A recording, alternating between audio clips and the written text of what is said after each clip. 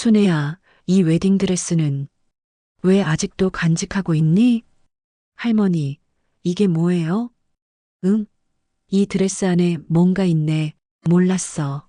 드레스 안에 이런 게 들어있는 줄은. 순애가 대답했습니다. 70평생 남편에게 버림받고 홀로 살아온 김순애는 어느 날 장롱 속에서 발견한 오래된 웨딩드레스 안에는 남편의 친필 유언장이 있었습니다. 탐욕스러운 노파가 시댁 재산을 가로채려 한다는 식의 신문 기사가 떴습니다. 엄마가 그 재산을 노리고 기다린 거 아니야? 위조된 거야. 말이 안 되잖아. 하지만 가족들과 친척들이 모두 등을 돌리고 직장에서도 원장의 청천벽력 해고 통보를 받습니다. 언론까지도 탐욕스러운 노파라며 공격하는데 과연 이 유언장은 진짜일까요? 그리고 웨딩드레스에 숨겨진 또 다른 비밀은 과연 순애는 평생의 억울함을 풀고 진짜 행복을 찾을 수 있을까요? 마지막 반전이 당신의 심장을 멈추게 할 것입니다. 영상 시작하기 전에 꼭 부탁드립니다. 구독과 좋아요는 무료지만 저희에겐 최고의 응원입니다. 눌러주신 덕분에 앞으로 더 많은 감동 드릴 수 있습니다. 감사합니다. 새벽 5시 알람도 울리기 전에 김순애는 잠에서 깹니다. 75살의 나이에도 몸은 습관처럼 일어나죠. 좁은 방 안 낡은 전구 하나가 어둠을 겨우 밀어내며 희미한 빛을 내뿜습니다. 순애는 무릎을 부여잡고 천천히 일어서면서 작은 한숨을 내쉽니다. 또 하루가 시작되는구나. 순애는 침대 모서리에 잠시 앉아 아픈 허리를 주물러 줍니다. 밤새 뒤척이며 잠 못 이룬 탓에 온몸이 뻐근하죠. 방 한구석에 놓인 작은 탁자 위엔 먹다 남은 약봉지들이 놓여 있습니다. 혈압약, 관절염약, 위장약. 하나씩 손에 들고 물과 함께 삼키며 순애는 쓴웃음을 짓습니다. 화장실에서 세수를 하며 거울 속 자신을 바라봅니다. 깊게 팬 주름살과 흰머리가 세월의 무게를 말해주죠. 손등에 올록볼록 튀어나온 핏줄들이 평생 고생한 흔적을 보여줍니다. 순애는 거울을 피하듯 고개를 돌리고 간단히 머리를 빗어 넘깁니다. 예쁘긴 했는데 이제 그런 건 다 옛날 얘기지. 아침 식사는 언제나 똑같습니다. 미지근한 물에 밥 한 공기, 그리고 어제 남은 김치 몇 쪽. 반찬통을 열어보니 김치도 얼마 남지 않았어요. 장을 봐야 하는데 한 번 나갈 때마다 10,000원이 넘게 들어가니 망설여집니다. 텔레비전에서는 아침 뉴스가 나오지만 귀에 들어오지 않습니다. 혼자 먹는 밥이 목구멍으로 넘어가지 않아 물을 한 모금 마시고 나서야 겨우 삼킬 수 있죠. 예전엔 이렇게 살 줄 몰랐는데 남편이랑 같이 먹을 때는 맛있었는데 순애는 혼잣말을 중얼거리며 그릇을 설거지합니다. 찬물에 손이 시리지만 뜨거운 물을 틀기엔 가스비가 아깝습니다. 모든 것을 아껴야 하는 삶이 이제는 자연스러워졌어요. 세제도 조금씩만 짜서 쓰고 수세미도 다해져서 실이 풀릴 때까지 씁니다.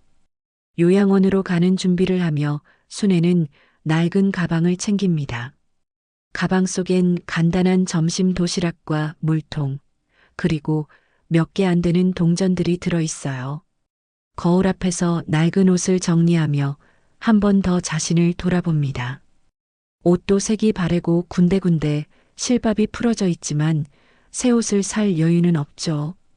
그래도 깨끗하게는 입고 나가야지.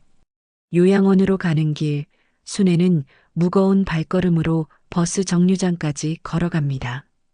다리가 아프지만 택시비를 생각하면 참을 수밖에 없죠. 중간중간 쉬어가며 천천히 걸어야 합니다. 숨이 차올라 가슴이 답답해지지만 약값 생각하면 병원 갈 엄두도 못 내죠. 버스 안에서 자리에 앉으며 창밖을 바라봅니다. 아침 통근길에 사람들이 바쁘게 오가는 모습을 보면서 문득 외로움이 밀려옵니다. 젊은 직장인들이 스마트폰을 보며 누군가와 대화하는 모습을 보니 부럽기도 하고 쓸쓸하기도 해요. 다들 어디론가 가고 있구나. 나만 혼자인 것 같아. 누군가랑 통화라도 해보고 싶은데. 요양원에 도착하면 순애의 하루 일과가 시작됩니다. 로커에서 작업복으로 갈아입고 앞치마를 두르며 하루를 준비하죠. 자신보다 더 나이 많은 할머니들을 돌보며 식사를 도와드리고 몸을 닦아드립니다. 때로는 치매에 걸린 할머니가 순애를 알아보지 못해 소리를 지르고 때리기도 하지만 순애는 묵묵히 참고 견딥니다. 괜찮으세요, 할머니. 제가 도와드릴게요. 아프지 않게 천천히 해드릴게요. 한 할머니가 순애의 팔을 꽉 잡으며 울먹입니다. 우리 딸은 언제 오나? 벌써 한 달째 안 왔는데. 순애는 할머니의 손을 다독이며 위로해드립니다. 곧 오실 거예요. 딸이 할머니를 어떻게 잊겠어요. 점심시간에는 동료들과 함께 앉지만 대화에 끼지 못합니다. 젊은 동료들이 가족 이야기를 나누는 동안 순애는 조용히 도시락을 먹으며 듣기만 하죠. 우리 아이가 어제 첫걸음 떼었어요. 남편이 승진했다고 저녁 사준대요. 그런 이야기들을 들으며 순애는 마음 한구석이 쓰라립니다. 자신에게도 그런 시절이 있었는데 이제는 그런 기쁨을 나눌 사람이 없어요. 오후 시간 순애는 휠체어를 미는 일을 맡습니다. 한 할머니가 순애의 손을 꼭 잡으며 말씀하십니다. 고맙다, 순애야. 내가 있어서 든든해. 우리 딸보다 더 잘해주는구나. 그 말 한마디가 순애의 마음을 따뜻하게 만듭니다. 이런 순간들 때문에 힘든 하루를 버틸 수 있죠. 퇴근길, 순애는 다시 무거운 발걸음으로 집으로 향합니다. 온몸이 아프고 피곤하지만 집에 가면 아무도 기다려주는 사람이 없다는 생각에 발걸음이 더욱 무거워져요. 집 앞 골목길에서 이웃집 아주머니를 만납니다. 순애 씨, 오늘도 수고했어요. 얼굴이 많이 피곤해 보이네요. 고맙습니다, 아주머니. 나이가 드니 쉽게 피곤해지네요. 아주머니도 건강하세요. 짧은 대화지만 순애에게는 큰 위안이 됩니다. 그러나 집 문을 열고 들어서면 다시 적막한 공간이 기다리고 있죠. 저녁 준비를 하면서 순애는 또다시 혼잣말을 합니다. 남편한테 버림받고 다시 가정을 꾸릴 용기도 없었지. 결국 혼자 늙어가는구나. 이런 삶이 계속될 거야. 작은 식탁에 혼자 앉아 저녁을 먹으며 순애는 지난 세월을 되돌아봅니다. 젊었을 때는 이런 삶을 상상조차 못했는데 이제는 이것이 일상이 되어버렸어요. 텔레비전을 켜놓지만 소리만 들릴 뿐 집중할 수 없습니다. 잠자리에 들기 전 순애는 작은 창문 밖을 바라봅니다. 다른 집들에는 하나둘 불이 켜지고 가족들의 웃음소리가 희미하게 들려오죠. 그 소리를 들으며 순애는 이불을 목까지 끌어올리고 눈을 감습니다. 내일도 또 하루를 버텨야지. 언제까지 이렇게 살아야 할까? 며칠째 계속된 장맛비가 창문을 두드리며 내립니다. 순애는 요양원에서 돌아와 젖은 옷을 갈아입으며 한숨을 쉬었어요. 오늘따라 몸이 더욱 무겁고 관절이 욱신거립니다. 비가 오면 항상 이렇게 아프죠. 비만 오면 뼈마디가 다 쑤셔서. 나이가 들으니 날씨도 마음대로 안 되는구나. 순애는 무릎을 주물러주며 방 안을 둘러봅니다. 좁은 방이지만 정리할 것도 별로 없어요. 그런데 문득 방 한구석에 있는 오래된 장롱이 눈에 들어옵니다. 결혼할 때 가져온 것인데 벌써 50년이 넘었죠. 표면이 군데군데 벗겨지고 손잡이도 헐거워져서 잘 열리지 않습니다. 저 장롱도 이제 정리해야겠구나. 혼자 사는데 뭘 그렇게 많이 넣어둘 일이 있나? 그냥 버릴 걸 계속 쌓아만 두고 있었네. 빗소리가 점점 더 세지면서 방 안 분위기가 더욱 쓸쓸해집니다. 순애는 심심함을 달래기 위해 천천히 장롱 앞으로 다가갑니다. 첫 번째 서랍을 열어보니 낡은 수건들과 속옷들이 들어있어요. 다 색이 바래고 낡았지만 버리기엔 아까워서 계속 둔 것들이죠. 이런 것들도 언제 쓸 일이 있을까? 그래도 아까워서 못 버리겠네. 두 번째 서랍엔 옛날 사진들과 편지들이 담겨 있습니다. 먼지가 수북이 쌓인 사진첩을 꺼내어 펼쳐봅니다. 젊은 시절 남편과 함께 찍은 사진을 보며 순애는 잠시 멈춥니다. 그때는 정말 행복했었는데 남편 얼굴을 바라보니 가슴이 먹먹해져요. 사진 속 자신의 모습도 지금과는 너무 다릅니다. 20살의 순애는 환하게 웃고 있고 꽃무늬 원피스를 입고 남편 팔짱을 끼고 있어요. 지금의 자신과는 전혀 다른 사람 같습니다. 그때는 이렇게 될 줄 몰랐지. 남편이 날 떠날 줄도 모르고. 참 순진했구나. 그때는. 순애는 사진을 한 장씩 넘기며 추억에 잠깁니다. 신혼여행 갔던 사진, 첫 아이를 낳았을 때 사진, 가족끼리 놀러 갔던 사진들. 모든 사진 속에서 순애는 행복해 보였어요. 이때만 해도 우리가 평생 함께할 줄 알았는데. 세 번째 서랍을 열려고 하는데 잘 열리지 않습니다. 나무가 습기로 부어서 꽉 끼는 것 같아요. 순애는 양손으로 힘을 주어 억지로 당겨봅니다. 갑자기 서랍이 빠지면서 안에 있던 것들이 바닥에 쏟아져 내렸어요. 아이고, 이를 어쩌나. 나이 들어서 힘 조절도 안 되네. 바닥에 흩어진 것들을 보니 오래된 옷가지들과 이불, 그리고 보자기에 쌓인 큰 덩어리가 눈에 띕니다. 무엇인지 궁금해서 보자기를 풀어보는데 그 안에서 하얀 웨딩드레스가 나타났어요. 이게 뭐지? 내 웨딩드레스? 순애는 놀란 마음으로 드레스를 들어 올립니다. 오래된 드레스지만 보관이 잘 되어 있어서 그런지 생각보다 상태가 좋아요. 레이스 장식과 작은 진주들이 아직도 반짝반짝 빛나고 있습니다. 그런데 이상합니다. 자신이 결혼할 때 입었던 드레스는 훨씬 단순했는데 이 드레스는 너무 화려해요. 내가 이런 드레스를 입었나? 기억이 안 나는데. 우리 집이 그렇게 살림이 넉넉했나? 순애는 드레스를 펼쳐서 자세히 봅니다.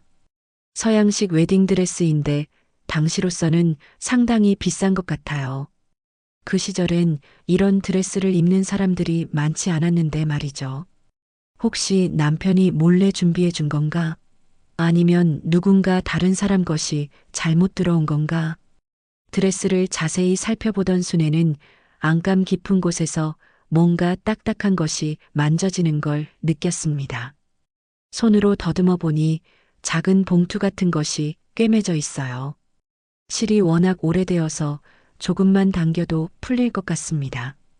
이게 뭐가 들어있을까? 왜 이런 곳에 숨겨둔 거지? 순애는 조심스럽게 실을 풀어내어 작은 봉투를 꺼냅니다. 봉투는 낡은 한지로 만들어져 있고 겉면에는 흐릿하지만 글씨가 적혀 있어요. 자세히 보니 남편의 이름이 적혀 있습니다. 심장이 두근거리기 시작해요. 김태수? 남편 이름이 왜 여기에? 이상하네. 손이 떨리는 걸 느끼면서도 순애는 봉투를 열어봅니다. 안에서 접힌 종이 한 장이 나왔어요. 종이가 누렇게 변했지만 글씨는 선명합니다. 펼쳐보니 공식적인 양식의 문서입니다. 맨 위에 큰 글씨로 유언장이라고 적혀 있어요. 순애는 숨이 멎을 것 같은 기분으로 유언장을 읽기 시작합니다. 나 김태수는 정신이 온전한 상태에서 이 유언장을 작성한다. 내 전 재산을 아내 김순애에게 상속한다. 글씨가 흐려져서 읽기 힘들지만 분명히 자신의 이름이 적혀 있어요. 순애는 믿을 수 없다는 표정으로 몇 번이고 다시 읽어봅니다. 이게 무슨 소리야? 남편이 재산을 나한테? 그런데 남편은 나를 버리고 떠났잖아. 갑자기 다리에 힘이 풀려서 그 자리에 주저앉고 말았어요. 유언장을 꽉 쥐고 있는 손이 계속 떨립니다. 남편은 자신을 버리고 떠났는데 왜 재산을 자신에게 남긴다는 걸까요? 이해할 수 없었어요. 남편은 나를 떠났잖아. 다른 여자한테 갔다면서. 그런데 왜 나한테? 순애는 유언장을 다시 한번 꼼꼼히 읽어봅니다. 날짜를 보니 남편이 떠나기 몇 년 전에 작성된 것 같아요. 그리고 맨 아래에는 남편의 서명과 도장이 찍혀 있습니다. 분명히 진짜 같아요. 유언장에는 재산 목록도 상세하게 적혀 있습니다. 아파트 2채, 상가 건물 하나, 예금 계좌 여러 개, 그리고 주식까지. 순애는 눈이 휘둥그레집니다. 이렇게 많은 재산이 있었다고? 그런데 왜 나한테는 한마디도 안 했을까? 비는 더욱 세게 내리고 있고 방 안은 점점 어두워집니다. 순애는 전등을 켜고 유언장을 다시 읽어봅니다. 재산 규모가 생각보다 상당해요. 평생 가난하게 살아온 자신에게는 상상도 못할 큰 돈입니다.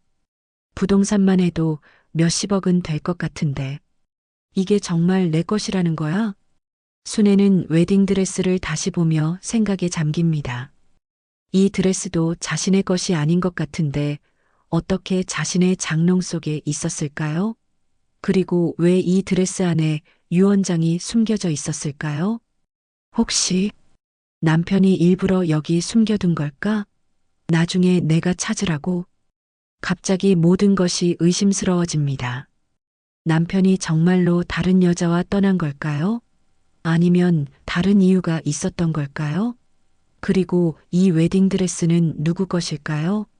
순애는 드레스를 더 자세히 살펴봅니다. 사이즈를 보니 자신의 체형과 비슷해요. 그리고 드레스 안쪽에 작은 글씨로 뭔가 적혀 있습니다. 순애에게 사랑을 담아. 태수. 순애는 그 글씨를 보고 눈물이 나기 시작해요.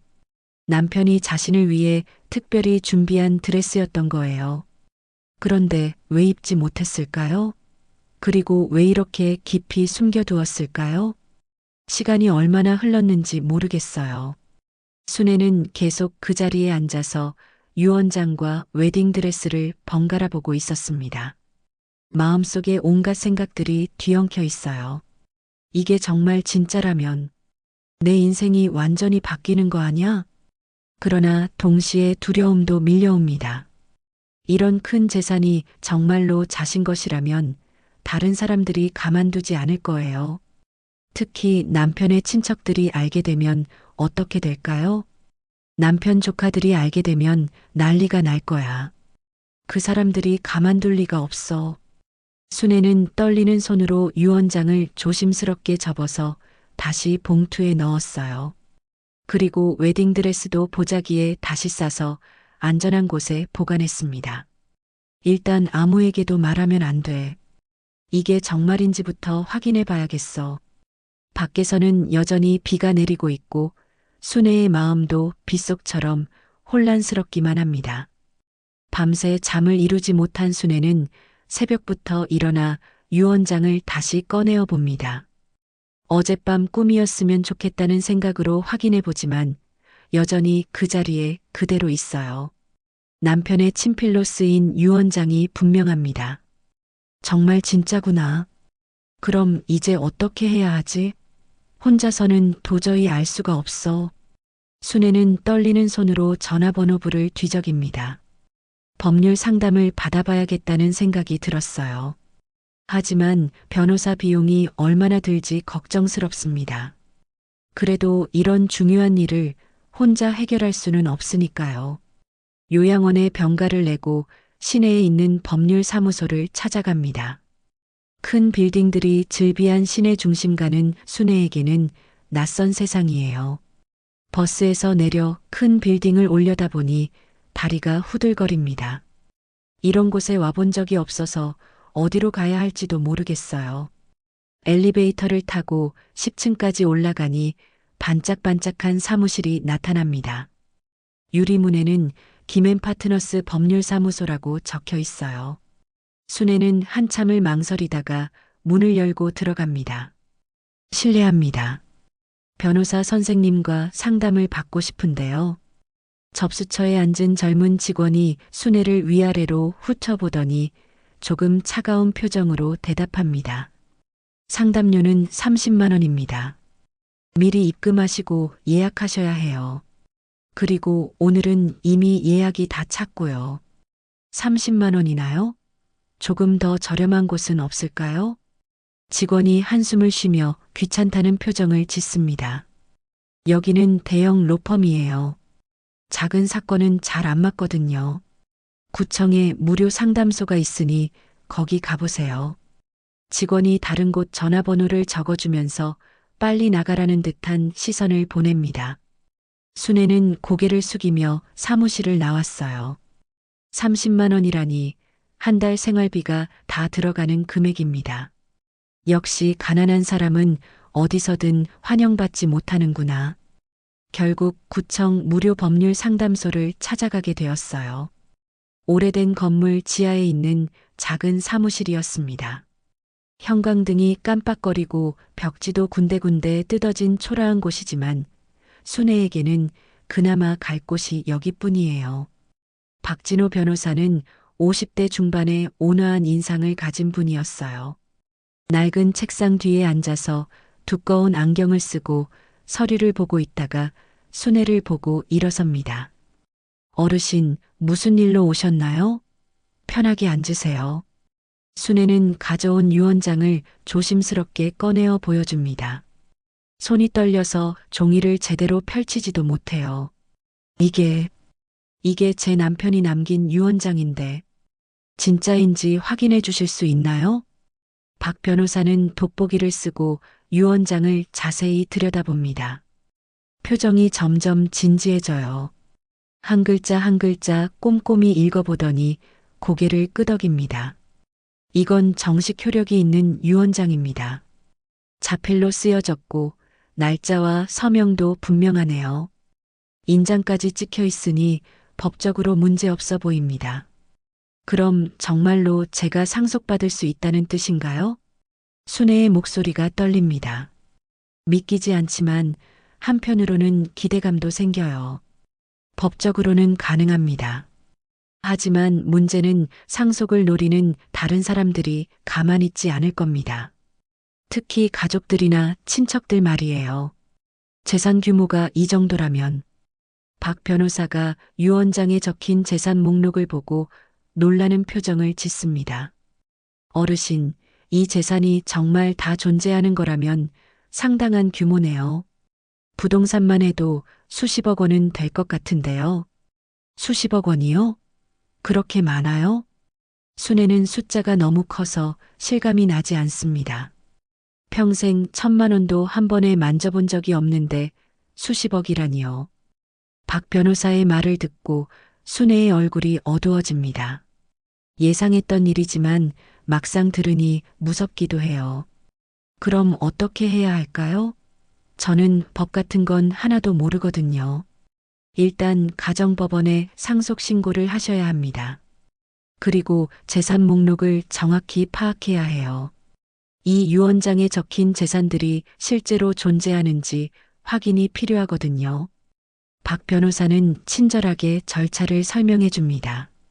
순애는 메모장을 꺼내어 열심히 적어보지만 너무 복잡해서 이해하기 어려워요. 상속세는 어떻게 되나요? 많이 내야 하나요? 재산 규모에 따라 다르지만 상당히 많이 내셔야 할 수도 있어요. 하지만 일단 정확한 재산 규모부터 파악해 봅시다. 며칠 후 박 변호사와 함께 재산 조회를 시작했습니다. 유언장에 적힌 주소들을 하나씩 확인해 보는데 놀라운 사실들이 드러나기 시작해요. 첫 번째로 방문한 곳은 강남의 한 아파트였습니다. 30평대의 깔끔한 아파트인데 관리사무소에서 확인해 보니 정말로 김태수 명의로 되어 있었어요. 이 아파트는 현재 시세로 10억 원 정도 됩니다. 부동산 중개업소 직원의 말을 듣고 순애는 입이 다물어지지 않아요. 10억 원이요? 정말요? 네, 이 동네가 요즘 많이 올랐거든요. 좋은 입지에 있어서 더 오를 가능성도 있고요. 순애는 믿을 수 없다는 표정으로 아파트를 바라봅니다. 평생 이런 곳에서 살 꿈도 못 꾸었는데 이게 자신 것이라니요. 두 번째로 간 곳은 상가 건물이었습니다. 지하철역 근처에 있는 오래된 건물이지만 임대료 수익이 상당하다고 해요. 이 건물도 8억 원 정도 하고 월 임대료가 3천만 원씩 들어온다고 하네요. 박 변호사의 설명을 듣고 순애는 현기증이 날 것 같았어요. 월 3천만 원이요? 제 월급보다 10배도 넘는 돈이. 은행에 가서 예금 계좌도 확인해 봤습니다. 여러 은행에 나뉘어 있는 예금이 총 5억 원, 주식 계좌에도 3억 원어치가 있었어요.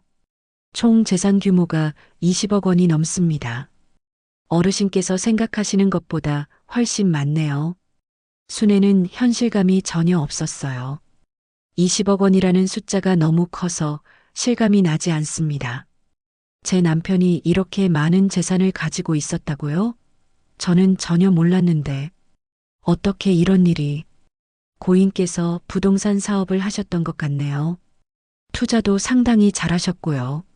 하지만 어르신께는 왜 말씀 안 하셨을까요? 박 변호사의 말을 듣고 있는데 갑자기 사무실 문이 벌컥 열립니다. 중년 남자 2명이 들어와서 순애를 노려보며 소리칩니다. 당신이 김순애 씨요? 네. 그런데 누구시죠? 순애는 무서워서 의자에서 일어나지도 못합니다. 우리는 김태수 형님의 조카들이에요. 소문 들었어요. 당신이 형님 재산을 가로채려 한다면서요? 조카 중 큰 사람이 순애에게 다가와서 협박합니다. 당신이 뭘 했다고 그 재산을 가져가요? 우리는 피부치야. 혈육이라고요. 조카들이 사무실 안으로 들어오자 분위기가 험악해집니다. 박 변호사가 나서서 제지하려 하지만 조카들은 아랑곳하지 않고 순애를 몰아세워요. 당신이 뭘 했다고 그 재산을 가져가요? 우리는 피부치야. 혈육이라고요. 큰 조카가 순애 앞에 바짝 다가서서 소리칩니다. 순애는 무서워서 벌벌 떨기 시작해요. 저는 그냥 남편이 남긴 유언장을 발견했을 뿐이에요. 다른 건 아무것도. 유언장? 그런 게 진짜라고 생각해요? 분명히 위조한 거야. 작은 조카도 거들며 목소리를 높입니다. 형님이 당신을 버리고 떠났잖아요. 그런데 왜 재산을 당신한테 줘요? 말이 안 되잖아. 박 변호사가 단호하게 개입합니다. 여기는 법률사무소입니다. 조용히 하세요. 유언장의 진위 여부는 법원에서 판단할 문제입니다. 변호사 양반이 당신이에요? 이런 사기를 도와주는 거요? 큰 조카가 박 변호사에게도 화를 내며 책상을 세게 칩니다. 우리 형님은 사업을 하면서 피땀 흘려번 돈이에요. 그런데 이 여자가 혼자서 다 가져간다고요? 작은 조카가 순애를 손가락으로 가리키며 소리칩니다. 당신 같은 늙은이가 그 많은 재산을 어디다 쓰겠어요? 우리한테 필요한 돈이야. 순애는 무서워서 의자에 움츠러들어 앉아 있을 뿐입니다. 이런 상황을 처음 겪어보는 터라 어떻게 대응해야 할지 모르겠어요. 제발 그만하세요. 저는 잘못한 게 없어요. 잘못한 게 없다고요? 그럼 당신이 그 유언장을 어떻게 찾았는지 말해봐요. 큰 조카가 더욱 기세를 부리며 순애를 압박합니다. 우연히 집 정리를 하다가 장롱에서 발견했어요. 장롱에서? 그것 봐요. 말이 안 되잖아요. 조카들은 서로 눈짓을 주고받으며 순애를 더욱 몰아세웁니다. 형님이 그런 중요한 유언장을 장롱에 숨겨둘 리가 없어요. 분명히 당신이 꾸며낸 거야. 박 변호사가 다시 개입하려 하지만 조카들은 들을 생각이 없어요. 좋아요. 그럼 필적 감정을 받아봅시다. 그럼 진실이 밝혀질 거예요. 큰 조카가 냉소적으로 웃으며 말합니다. 필적 감정이든 뭐든 해보세요. 우리는 끝까지 싸울 거니까. 그때 사무실 문이 다시 열리고 한 명이 더 들어옵니다. 순애는 그 사람을 보고 더욱 놀랍니다. 바로 자신의 아들 김민수였어요. 엄마. 민수는 순애를 보고 복잡한 표정을 짓습니다. 조카들이 민수를 보고 반갑게 인사해요. 민수야, 왔구나. 내 엄마가 무슨 짓을 하는지 보겠니? 민수는 30대 후반의 평범한 회사원입니다.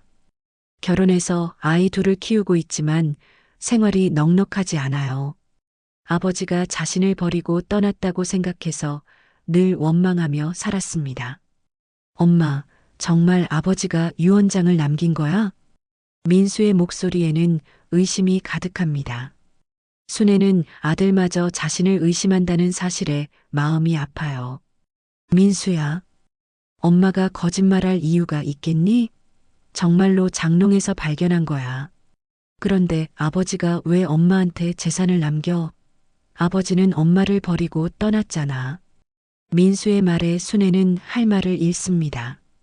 아들의 말이 맞거든요. 남편은 분명히 자신을 떠났는데 왜 재산을 자신에게 남겼을까요?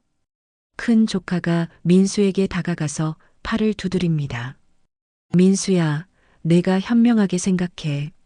내 아버지가 정말로 내 엄마한테 그 많은 재산을 남겼을까? 그러게요. 이상하긴 해요. 민수도 고개를 끄덕이며 동조합니다. 순애는 아들마저 자신을 의심한다는 사실에 절망합니다. 민수야, 엄마를 믿어줘. 엄마가 언제 거짓말을 했니? 엄마, 그런데 이 재산이 정말 크다면서요? 수십억이라고? 민수의 눈빛이 변합니다. 돈에 대한 욕심이 보이기 시작해요. 엄마가 그 재산을 노리고 가만히 있었던 거 아니야? 아버지가 돌아가실 때까지 기다린 거 아니야? 순애는 아들의 말에 충격을 받습니다. 자신이 키운 아들이 이런 말을 하다니요. 민수야, 엄마가 그런 사람이라고 생각해? 너를 키우느라 얼마나 고생했는데. 고생했다고 하지만 아버지 재산이 있는 줄 알았으면 더 잘 키웠을 거 아니에요? 민수의 말이 점점 매정해집니다. 조카들이 민수를 부추기고 있어요. 민수야, 내가 정신 차려야 해. 내 엄마는 지금 우리 가족 재산을 혼자 독차지하려고 하고 있어. 그렇죠. 저도 아버지의 아들인데 왜 저는 아무것도 받을 수 없나요? 민수가 순애를 원망스러운 눈으로 바라봅니다. 엄마가 그 재산을 혼자 가지면 안 되죠. 저한테도 줘야 해요.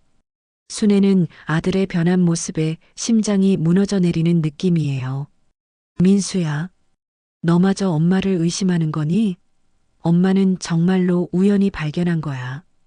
우연이라고 하기엔 너무 때가 좋잖아요. 아버지 기일 즈음에 갑자기 유언장을 찾다니. 조카들이 서로 고개를 끄덕이며 민수의 말에 동조합니다. 맞아, 맞아. 타이밍이 너무 교묘해. 박 변호사가 상황을 정리하려고 나섭니다. 여러분, 일단 감정부터 가라앉히시고 차근차근 이야기해 봅시다. 법적으로 유언장이 유효하다면, 법적으로 유효해도 도덕적으로는 문제가 있어요. 큰 조카가 박 변호사의 말을 가로막습니다. 우리는 형님의 혈육이에요. 당연히 상속받을 권리가 있다고요. 민수도 거들어줍니다. 저도 아들인데 왜 아무것도 받을 수 없어요? 이건 불공평해요. 순애는 사면초가의 상황에 놓였습니다. 남편의 조카들뿐만 아니라 자신의 아들마저 자신을 의심하고 있어요.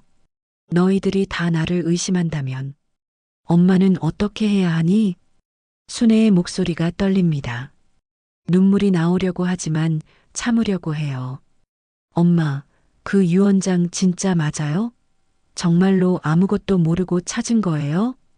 민수가 다시 한번 확인합니다. 순애는 고개를 끄덕이지만 아무도 믿어주지 않아요. 정말이야. 엄마가 거짓말할 이유가 뭐가 있겠니? 이유야 충분하죠.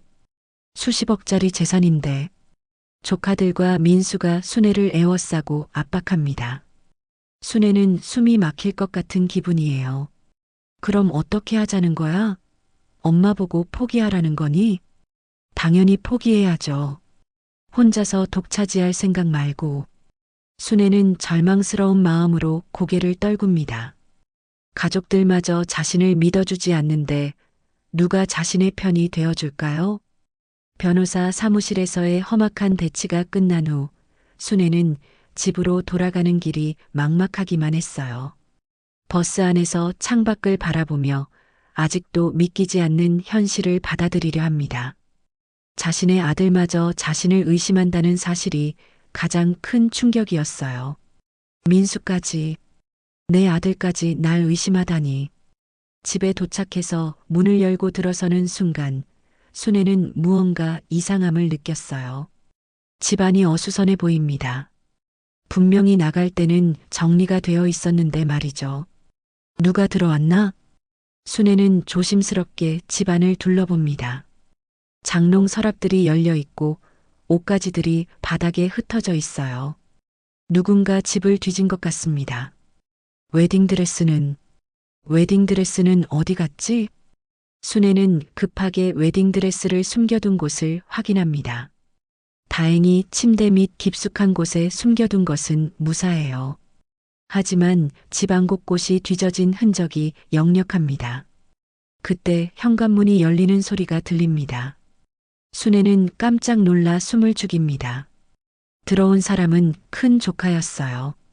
어머니, 집에 계셨네요. 큰 조카가 뻔뻔하게 말합니다. 순애는 화가 나서 소리칩니다. 당신이 내 집을 뒤진 거야? 어떻게 남의 집에 무단 침입을 해? 무단 침입이라니요. 저희도 형님 유품을 찾을 권리가 있죠. 혹시 다른 유언장이나 중요한 서류가 있을지도 모르니까. 큰 조카는 전혀 미안해하지 않는 표정입니다. 당신들 정말 너무해. 법적으로 문제 삼을 거야. 법적으로요? 어머니가 위조된 유언장으로 재산을 가로채려는 것부터 법적으로 문제 아닌가요? 순애는 할 말을 잃고 주저앉습니다. 이제 집안에서조차 안전하지 않다는 생각이 들어요. 며칠 후 더욱 충격적인 일이 벌어집니다. 순애가 요양원에 출근했는데 원장이 심각한 표정으로 그녀를 부릅니다. 순애 씨, 잠깐 사무실로 와보세요. 원장실에 들어가니 원장과 몇 명의 직원들이 순애를 바라보고 있어요. 분위기가 심상치 않습니다. 무슨 일이신지. 순애 씨, 소문 들었어요. 거액의 상속을 받는다는 얘기가 있던데 사실인가요? 순애는 당황합니다. 벌써 소문이 퍼진 것 같아요. 그게 아직 확실하지 않은 일이에요. 하지만 신문에까지 났던데요. 원장이 신문을 보여줍니다.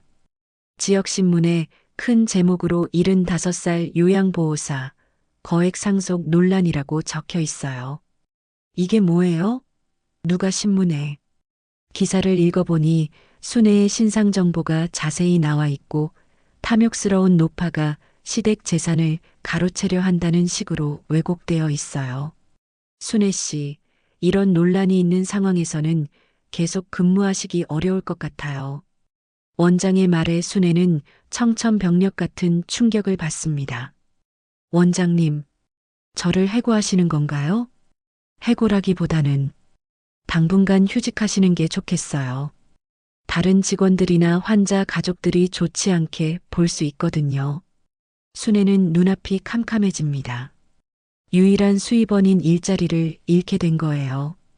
제발, 일만은 계속하게 해주세요. 제가 잘못한 게 없어요.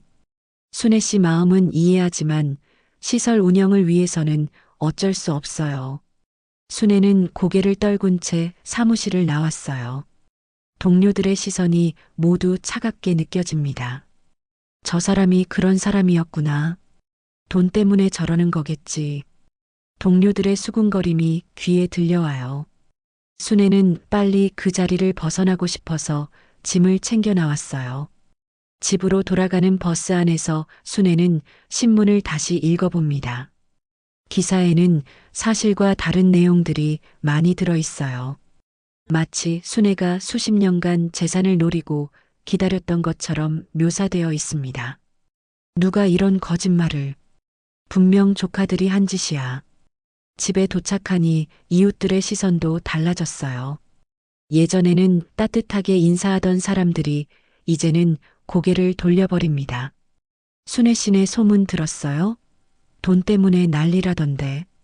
그러게요. 겉보기와 다르네요. 이웃들의 수군거림이 순애의 귀에 들려와요. 순애는 고개를 숙이고 빨리 집 안으로 들어갑니다. 집 안에서도 편할 수 없습니다. 조카들이 수시로 찾아와서 협박하고 전화까지 계속 걸어와요. 어머니, 아직도 정신 못 차리셨어요? 포기하세요. 당신 때문에 우리 가족이 얼마나 힘든지 아세요? 순애는 전화를 받기도 무서워집니다. 밤에는 잠도 제대로 잘 수 없어요. 더욱 충격적인 것은 아들 민수도 변한 것입니다. 며칠 후 민수가 아내와 함께 찾아왔는데 완전히 다른 사람이 되어 있었어요. 엄마, 진짜 마지막으로 묻겠어요. 그 유언장 진짜예요? 가짜예요? 민수의 목소리가 차갑습니다. 옆에 있던 며느리도 순애를 의심스러운 눈으로 바라봅니다. 민수야, 엄마가 언제 너한테 거짓말했니? 정말로 우연히 발견한 거야. 그럼 그 재산 좀 나눠주세요. 저희도 애들 키우느라 힘든데 엄마 혼자만 갖겠다는 게 이해가 안 돼요. 민수의 말에 순애는 가슴이 찢어지는 것 같아요. 민수야, 아직 법적으로 확정된 것도 아니고 확정되면 나눠주겠다는 얘기예요? 며느리가 끼어들며 재촉합니다. 이미 언론에 다 났는데 이제 와서 모른 척 하시면 안 되죠.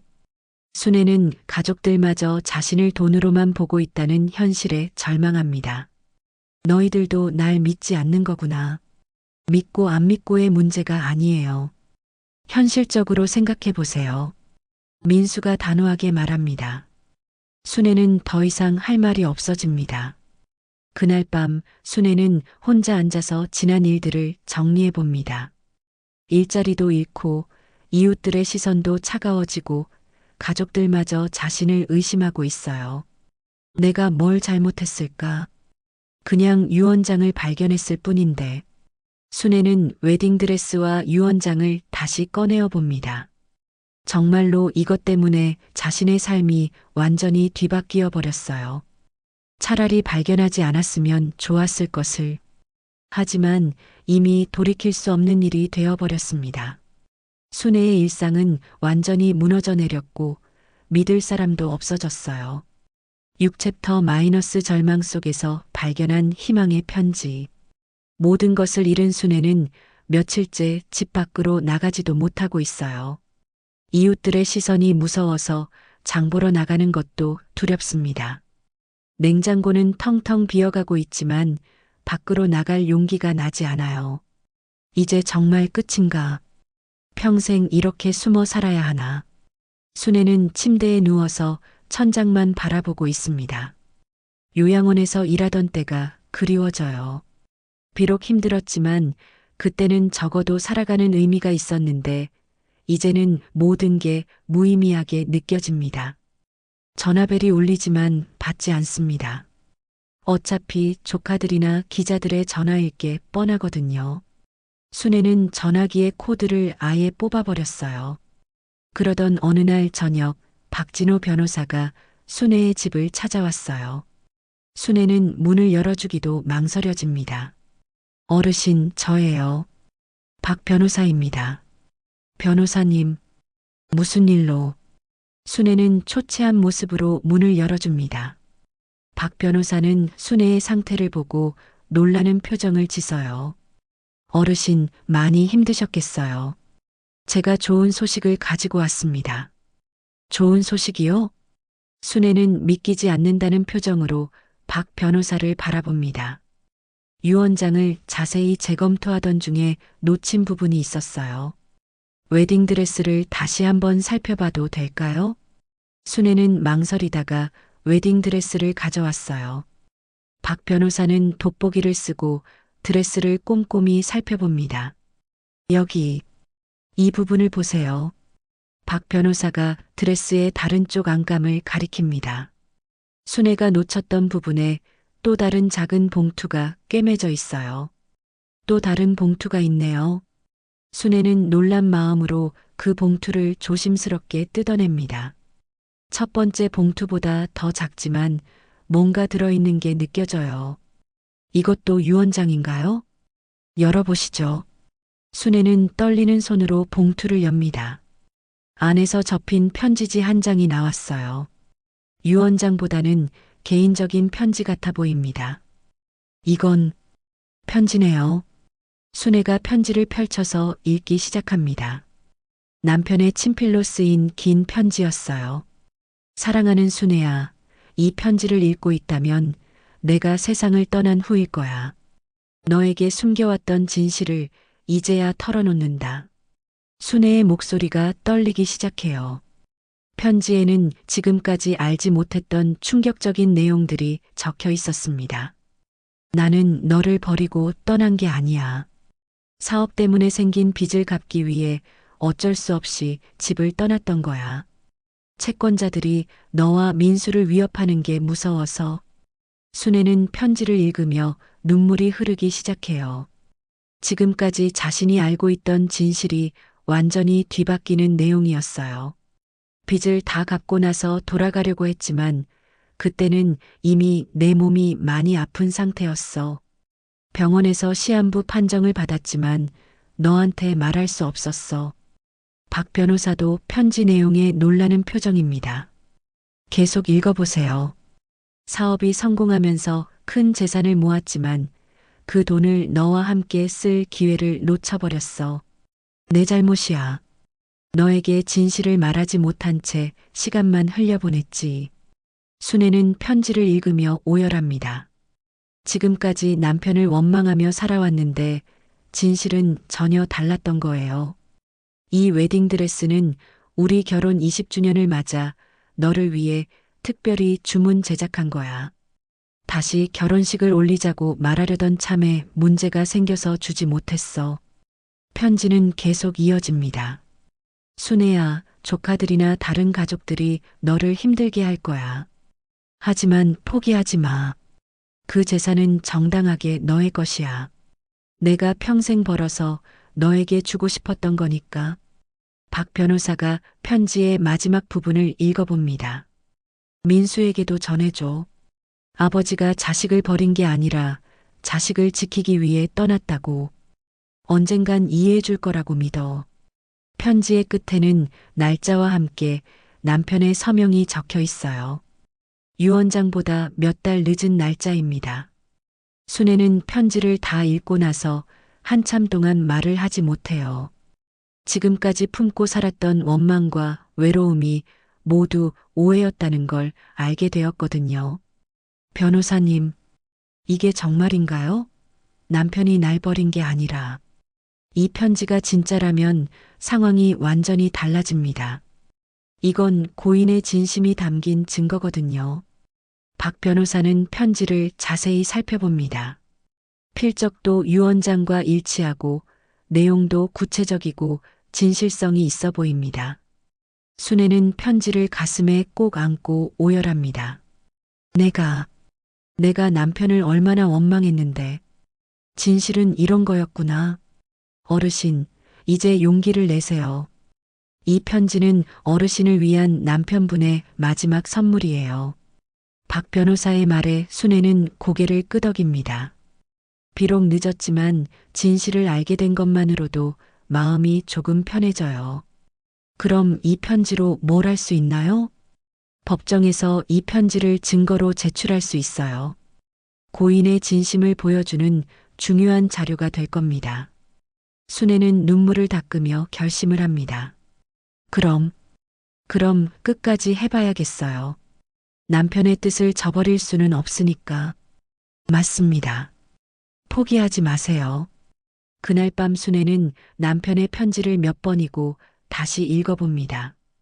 편지를 읽을 때마다 남편에 대한 그리움과 미안함이 밀려와요. 여보, 당신을 오해해서 미안해. 당신이 그렇게 나를 사랑했는데.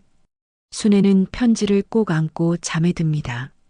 오랜만에 마음이 조금 평안해졌어요. 다음 날 아침 순애는 오랜만에 집 밖으로 나갔어요. 이웃들의 시선은 여전히 차갑지만 이제는 견딜 수 있을 것 같습니다. 이제는 도망치지 않겠어. 남편의 뜻을 지켜야지. 순애는 마음속으로 다짐하며 당당하게 걸어갑니다. 진실을 알게 된 이상 더 이상 숨어 지낼 수는 없어요. 박 변호사 사무실로 향하는 순애의 발걸음이 예전보다 훨씬 가벼워졌습니다. 남편의 편지가 주는 힘 때문이겠죠. 드디어 법정 공판 날이 다가왔습니다.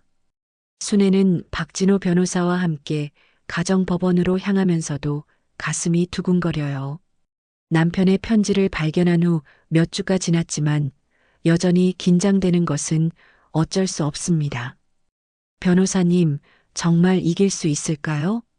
어르신, 걱정하지 마세요. 우리에게는 확실한 증거가 있잖아요. 박 변호사가 순애를 격려하지만 순애의 마음은 여전히 불안해요. 법정이라는 곳 자체가 너무 낯설고 무서우니까요. 법원에 도착하자 이미 많은 사람들이 와 있었어요. 조카들과 그들의 변호사, 그리고 민수도 와 있습니다.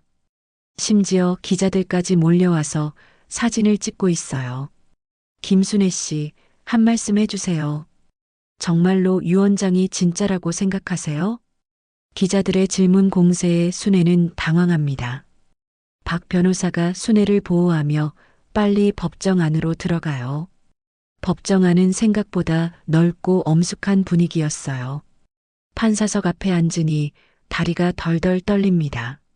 맞은편에는 조카들이 자신들의 변호사와 함께 앉아서 순애를 노려보고 있어요.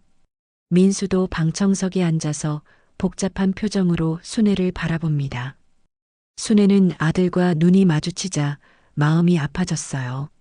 민수야, 오늘 진실이 밝혀질 거야. 그럼 엄마를 이해해 주겠지? 판사가 들어오고 재판이 시작됩니다. 먼저 조카들의 변호사가 나서서 주장을 펼쳐요. 재판장님, 이 유 원장은 명백히 위조된 것입니다. 피고인 김순애는 수십 년 동안 고인을 원망하며 살아왔습니다. 그런데 갑자기 유 원장을 발견했다는 것은 상식적으로 말이 안 됩니다. 조카들의 변호사는 목소리를 높여가며 순애를 공격합니다. 고인은 가족을 버리고 떠났습니다. 그런 사람이 왜 아내에게 전 재산을 물려준다는 유 원장을 남기겠습니까? 이는 논리적으로 맞지 않습니다. 순애는 그 말을 들으며 가슴이 답답해져요. 하지만 이제는 진실을 알고 있으니 참을 수 있었습니다. 큰 조카가 증인석에 나와서 증언합니다. 재판장님, 저희 삼촌은 사업 실패로 가족을 떠났습니다. 그리고 다른 여자와 살았어요. 그런데 갑자기 이런 유 원장이 나온다는 게 이상하지 않나요? 작은 조카도 이어서 증언해요. 김순애 씨는 평생 삼촌을 원망하며 살았습니다. 제가 직접 들었어요. 그 사람 때문에 내 인생이 망했다고 하던데 그런 사람한테 재산을 남길 리가 없어요. 조카들의 증언을 듣고 있던 순애는 화가 났지만 참았어요. 이제 곧 자신의 차례가 올 테니까요. 민수도 증언을 위해 나섰습니다. 순애는 아들이 무슨 말을 할지 두려웠어요. 저는 아버지에 대한 기억이 별로 없습니다. 어릴 때 떠나셨거든요.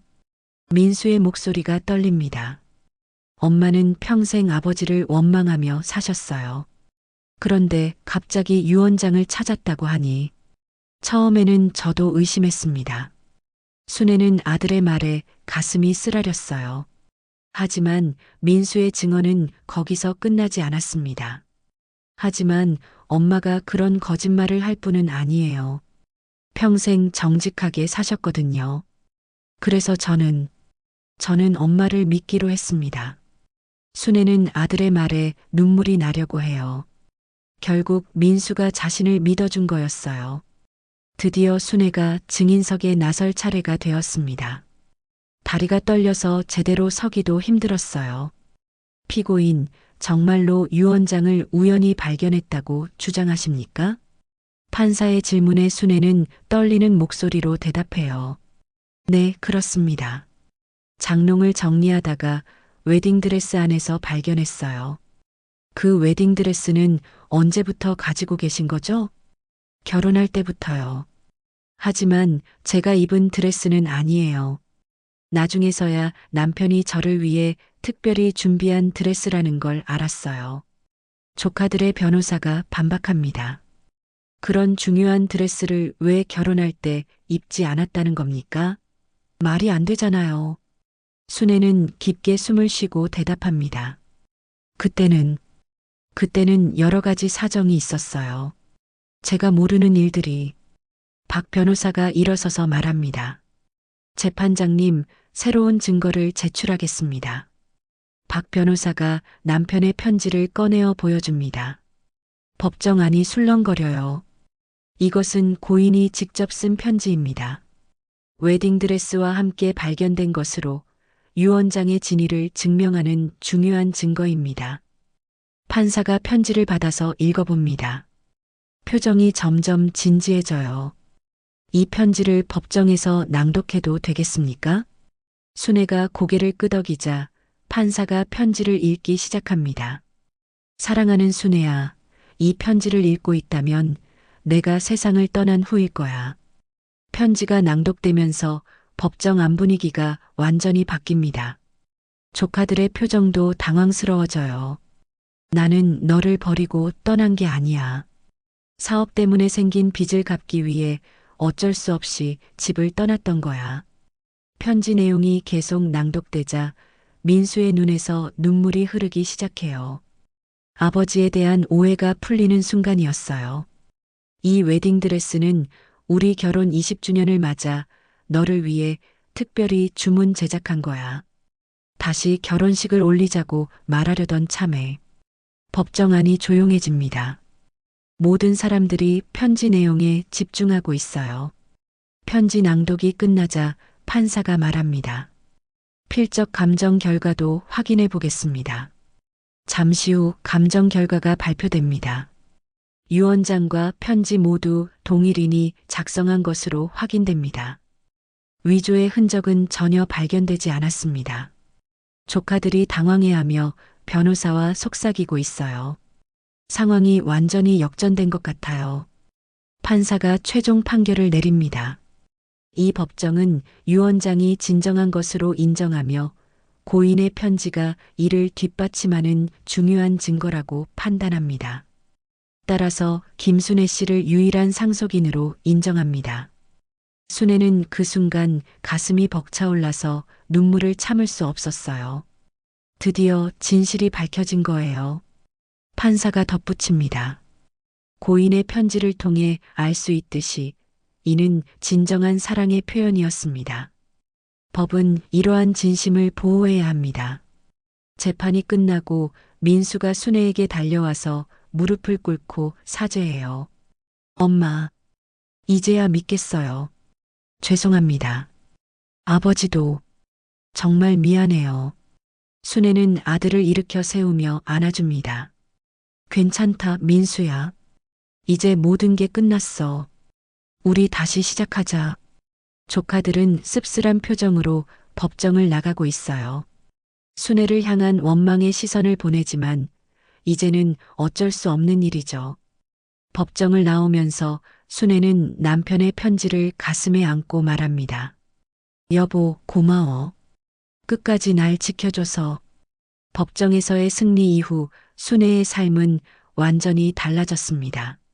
상속 절차가 모두 마무리되고 나자 순애는 처음으로 진짜 부자가 된 기분을 느꼈어요. 하지만 돈보다 더 소중한 것을 얻었다는 생각이 들었습니다.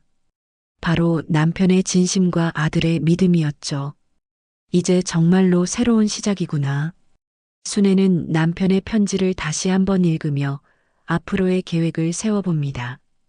이 많은 재산을 혼자만을 위해 쓸 수는 없다는 생각이 들어요. 며칠 후 순애는 민수와 며느리 그리고 손주들과 함께 식사 자리를 가졌어요. 오랜만에 가족이 화목하게 모인 자리였습니다. 엄마, 정말 죄송했어요. 처음에 의심해서 민수가 다시 한번 사죄하자 순애는 손을 흔들며 말해요. 괜찮다고 했잖니. 오히려 마지막에 엄마를 믿어줘서 고마워. 며느리도 미안한 표정으로 말합니다. 어머니, 저희가 너무 성급했어요. 돈 때문에 어머니를 오해해서 다 지난 일이야. 이제는 앞으로만 보자. 순애는 손주들을 바라보며 미소를 짓습니다. 아이들이 할머니 곁에서 즐거워하는 모습을 보니 마음이 따뜻해져요. 할머니, 이제 큰 집으로 이사 가요? 손주가 순진하게 묻자 순애는 웃으며 대답해요. 할머니는 지금 집이 좋아. 하지만 너희들을 위해 더 좋은 걸 해줄 수 있을 거야. 그날 저녁 순애는 중요한 결정을 내렸습니다. 재산의 상당 부분을 사회에 환원하기로 한 거예요. 다음 날 순애는 박진호 변호사를 찾아가서 자신의 계획을 말했어요. 변호사님, 저는 이 재산을 혼자만 갖고 있을 수가 없어요. 뜻깊게 사용하고 싶어요. 어떤 계획을 가지고 계신가요? 일단 제가 일하던 요양원에 큰 기부를 하려고 해요.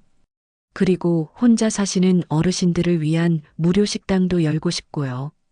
박 변호사는 순애의 말을 듣고 감동받은 표정을 짓습니다. 정말 좋은 생각이세요. 고인도 분명히 기뻐하실 거예요. 며칠 후 순애는 자신이 일하던 요양원을 찾아갔어요. 원장은 순애를 보고 놀라면서도 반가워합니다. 순애 씨, 정말 오랜만이네요. 그동안 어떻게 지내셨어요? 원장님, 제가 이곳에 기부를 하고 싶어서 왔어요. 순애가 기부 의사를 밝히자 원장은 믿을 수 없다는 표정을 짓습니다. 기부라니, 얼마나 생각하고 계신 건가요? 10억 원 정도요. 원장이 깜짝 놀라서 말을 잇지 못해요. 그 돈으로 시설을 크게 개선할 수 있거든요. 정말 고맙습니다. 어르신들이 훨씬 좋은 환경에서 지낼 수 있게 될 거예요. 순애는 옛 동료들도 만났어요. 처음에는 어색해했던 사람들도 순애의 진심을 알게 되자 따뜻하게 맞아줍니다. 순애 언니 정말 대단해요. 이런 일을 하시다니. 나도 여기서 많이 배웠으니까. 당연한 일이야. 그리고 순애는 동네에 무료 식당을 열었어요. 혼자 사시는 어르신들이 언제든지 따뜻한 밥을 드실 수 있는 곳이었습니다. 식당 개업 첫날 많은 어르신들이 찾아왔어요. 순애는 직접 음식을 나르며 어르신들을 돌봤습니다. 순애야, 고맙다. 덕분에 맛있는 밥 먹는구나. 천만에요. 언제든지 오세요. 순애는 어르신들과 대화를 나누며 보람을 느꼈어요. 돈을 쓰는 것보다 이런 일이 훨씬 의미 있다고 생각했습니다. 이웃들의 시선도 완전히 달라졌어요. 처음에는 순애를 의심하고 수군거렸던 사람들이 이제는 존경하는 눈으로 바라봅니다. 순애 씨 정말 훌륭하세요. 저런 일을 하시다니. 처음에 오해했네요. 정말 좋은 분이셨는데. 이웃들의 사과를 받으며 순애는 마음이 편해졌어요. 몇 달이 지나자 순애의 선행이 언론에도 알려졌습니다. 하지만 이번에는 좋은 의미로 보도되었어요. 거액 상속받은 할머니, 이웃들과 나눔 실천, 75살 순애 할머니의 아름다운 기부. 기자들이 인터뷰를 요청했지만 순애는 대부분 거절했어요. 자랑하려고 하는 일이 아니었거든요. 어느 날 저녁 순애는 남편의 무덤을 찾아갔어요. 웨딩드레스를 가져와서 무덤 앞에 놓았습니다. 여보, 고마워. 당신 덕분에 새로운 삶을 살게 되었어. 바람이 불어와서 드레스가 살짝 흔들렸어요. 마치 남편이 대답하는 것 같았습니다. 당신이 바라던 대로 살고 있어. 다른 사람들과 나누면서 말이야. 순애는 무덤 앞에서 한참 동안 남편과의 추억을 되새겼어요. 집으로 돌아가는 길에 순애는 무료 식당을 들렀어요. 저녁 시간이라 많은 어르신들이 와 계셨습니다. 순애야, 와서 같이 먹어. 할머니들, 맛있게 드세요. 순애는 어르신들과 함께 앉아서 저녁을 먹었어요. 혼자 먹던 예전과는 완전히 다른 기분이었습니다. 이제 정말 혼자가 아니구나. 식사 후에 순애는 어르신들과 함께 이야기꽃을 피웠어요. 서로의 옛날 이야기를 나누며 웃고 있는 모습이 정말 행복해 보였습니다. 순애야, 덕분에 우리가 이렇게 모일 수 있어서 고마워. 저도 어르신들 덕분에 외롭지 않아요. 그날 밤 순애는 일기를 썼어요. 오랜만에 쓰는 일기였습니다. 오늘도 보람된 하루였다. 남편이 남겨준 재산으로 많은 사람들이 행복해하는 모습을 보니 내 마음도 따뜻해진다. 이제야 진짜 부자가 된 기분이다. 순애는 창문 밖을 바라보며 미소를 짓습니다. 다른 집들의 불빛이 따뜻하게 보였어요. 더 이상 외롭지 않았습니다.